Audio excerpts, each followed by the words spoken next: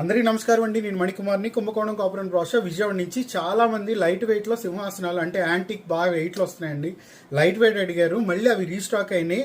So వాటిలో మీకు సైజులు ఉన్నాయి, అలాగే షేప్స్ కూడా మారుతున్నాయి. ఫస్ట్ వచ్చేటప్పటికి మీకు లోటస్ టైప్ అనమాట. అంటే మీకు చూస్తూ ఉంటే ఇది అర్ధ చంద్రాకార భాగంలో వస్తుంది. లోపల డిజైన్ వచ్చేటప్పటికి మొత్తం నక్షి వర్క్, తర్వాత ఇక్కడ స్వస్తిక్, ఈ బ్యాక్ సైడ్ డిజైనింగ్ కానీ చాలా బాగుంటుంది. ఇంకా పైన వచ్చేటప్పుడు గొడుగు అనమాట. సో అలాగే ఈ చుట్టూతో కూడా బీట్స్ కూడా చాలా బాగుంటాయి.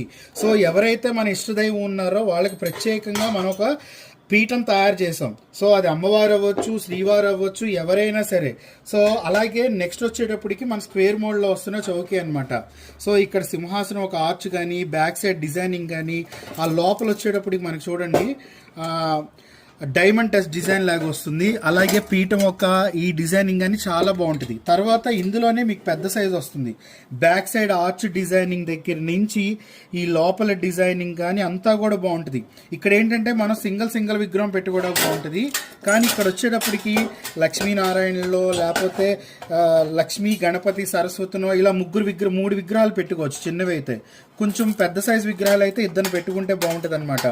రేపు వినాయక చవితికే కాదు, దసరా నవరాత్రులకి అన్నిటికీ ఉపయోగపడుతుంది. అలాగే చిన్న పూజ గదైనా పెద్ద పూజ గదైనా మీ ఇష్టదైవానికి ప్రత్యేకంగా ఒక పీఠము, వాళ్ళకి ఒక గొడుగు, ఇవన్నీ అలంకారంతో కావాలనుకుంటే చాలా చాలా బాగుంటాయి. సో లైట్ వెయిట్ అంటే మరీ లైట్ వెయిట్ కాదు, కొంచెం హార్డ్గానే ఉంటాయి. సో అలాగే మెయింటెనెన్స్ కూడా మనకు చాలా ఈజీగా ఉంటుంది. అస్తమానం తీసి కడుక్కునే పని కూడా ఉంటుంది, ఎందుకంటే ఇవన్నీ కూడా వర్క్తో వస్తున్నాయి కదా. సో ఇదో అనమాట, ప్రతిదీ కూడా గొడుగుతో వస్తుంది. సో మీకు ఏ సైజు కావాలంటే ఆ సైజు అయితే అవైలబుల్ ఉన్నాయి.